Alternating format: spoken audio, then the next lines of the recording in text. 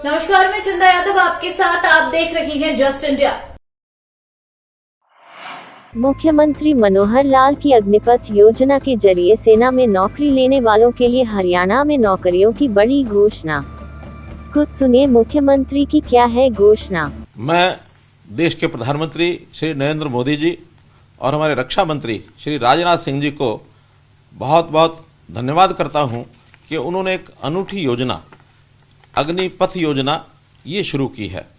देश की सेनाओं को बहुत एक अच्छा लेवल उनका करने के लिए इस अनूठी योजना में 4 वर्ष के लिए 17.5 वर्ष से 21 वर्ष तक के युवाओं को भर्ती किया जाएगा और इनकी ट्रेनिंग कराई जाएगी। ट्रेनिंग के बाद अगर लोग स्थायी नौकरी वहाँ प्राप्त करना चाहते हैं तो वॉलंटरी तौर पर अप्लाई करेंगे। 25% युवकों को स्थायी सेना की नौकरी मिलेगी, 75% लोग उसमें से वापस आकर के समाज के कामों में लगेंगे, सरकारी नौकरी में लगेंगे अथवा अन्य काम करेंगे।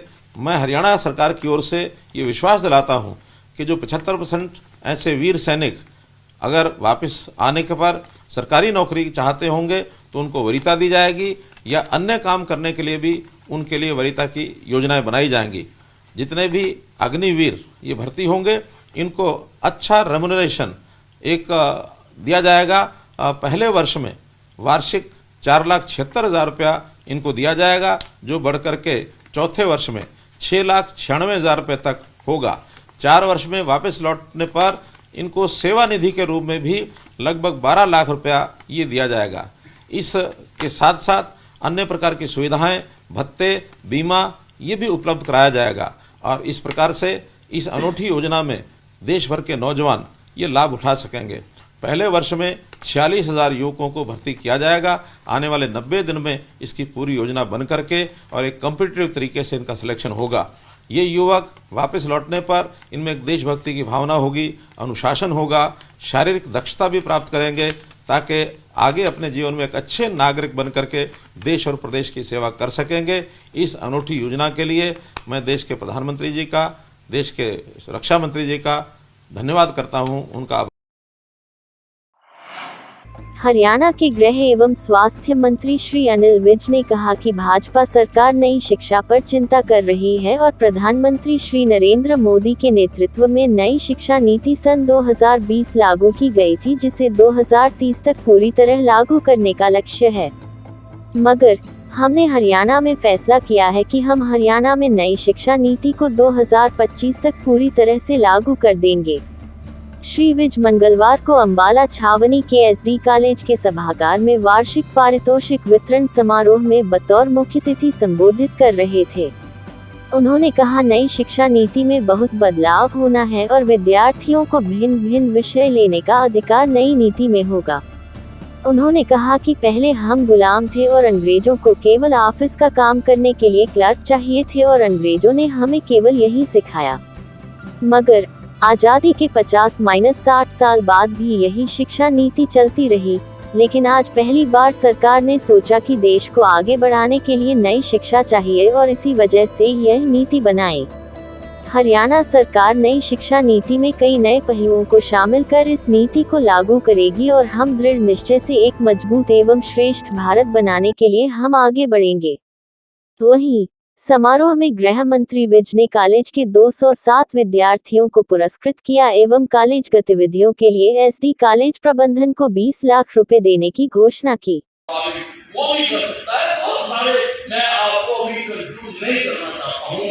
आपको मैं चाहूंगा कि इसलिए जो नई शिक्षा नीति बनाई गई है उसके बारे में सारी फैकल्टी को और सारे विद्यार्थियों को बैठकर उसके बारे में चर्चा करें, समझाएं और उसके लिए हम अपने आप को तैयार करें, क्योंकि उसमें सब चुनौतियों को देखते हुए पहले हमें आवश्यकता नहीं।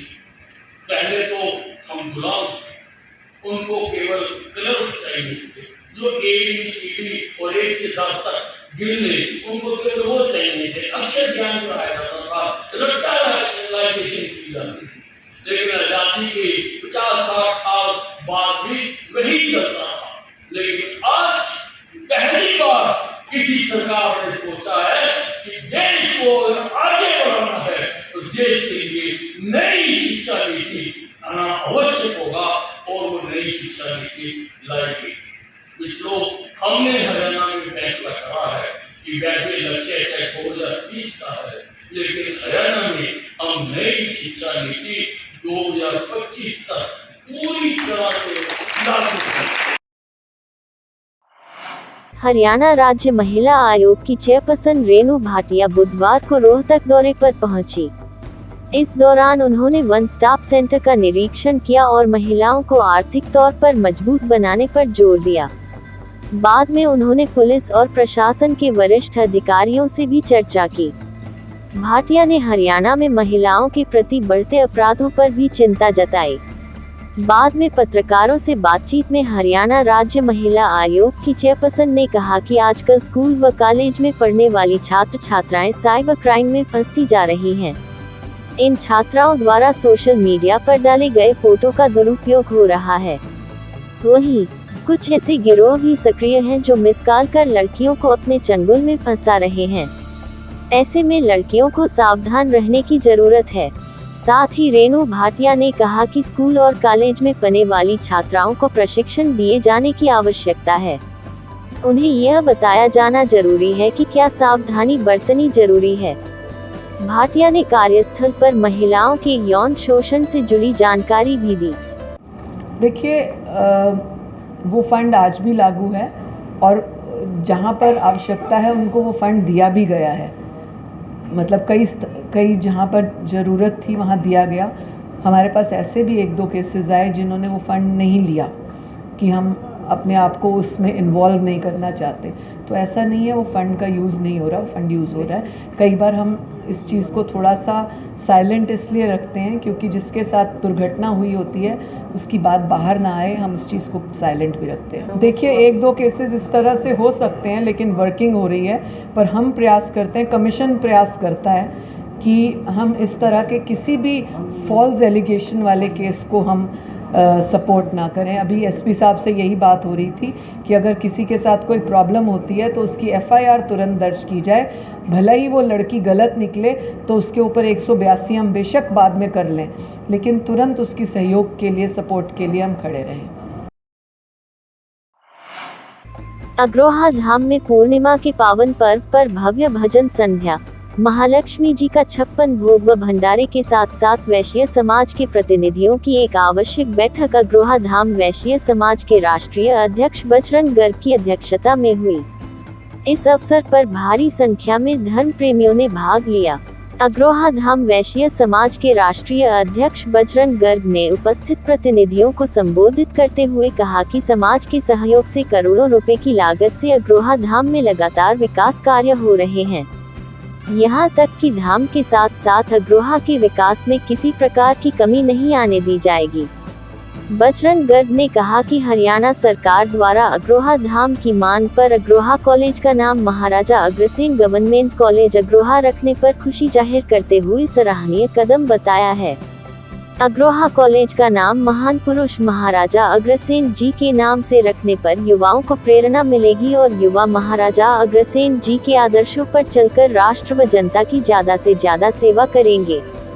बजरंग गर्ग ने कहा कि हरियाणा सरकार को अग्रोहा को उप तहसील बनाने के साथ साथ अग्रोहा को इंडस्ट्रीज जोन व टेक्सटाइल हब बनाना चाहिए ताकि अग्रोहा में इंडस्ट्रीज जोन बनने से बेरोजगारों युवा, माता व बहनों को रोजगार मिल सके।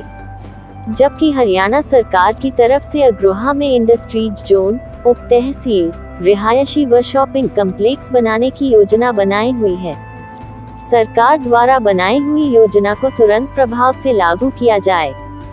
अग्रवा धाम की तरफ से अग्रवा धाम में अग्रवा में करोड़ों रुपए की लागत से अग्रवा धाम में विकास कार्य हो रहे हैं। यहाँ तक कि सभी मंदिर में सुंदरीकरण कराया जा रहा है और अग्रवा धाम की मांग के ऊपर हरियाणा सरकार ने अग्रवा कॉलेज का नाम महाराजा अग्रसेन कॉलेज रखा गया है। उसका हम स्वागत करते हैं। ये सरकार का नाम रखना एक सराहनीय कदम है। जबकि युवा पीढ़ी कॉलेज में पढ़कर महाराजा अग्रसेन जी के आदर्श चलकर राष्ट्र व जनता की ज़्यादा सेवा करेंगे। यहाँ तक कि अगरवा के अंदर जो हमारी कई समय से मांग है, अगरवा के अंदर इंडस्ट्रीज हब होना चाहिए, टेक्सटाइल हब भी अगरवा के अंदर बनाया जाए और यहाँ तक कि सरकार को अपनी घोषणा के अनुसार अगरवा को उप तहसील का दर्जा तुरंत प्रभाव से देना चाहिए ताकि अगरवा के साथ लगते हुए। इसी के साथ इस बुलेटिन में आज के लिए फिलहाल इतना ही। नमस्कार।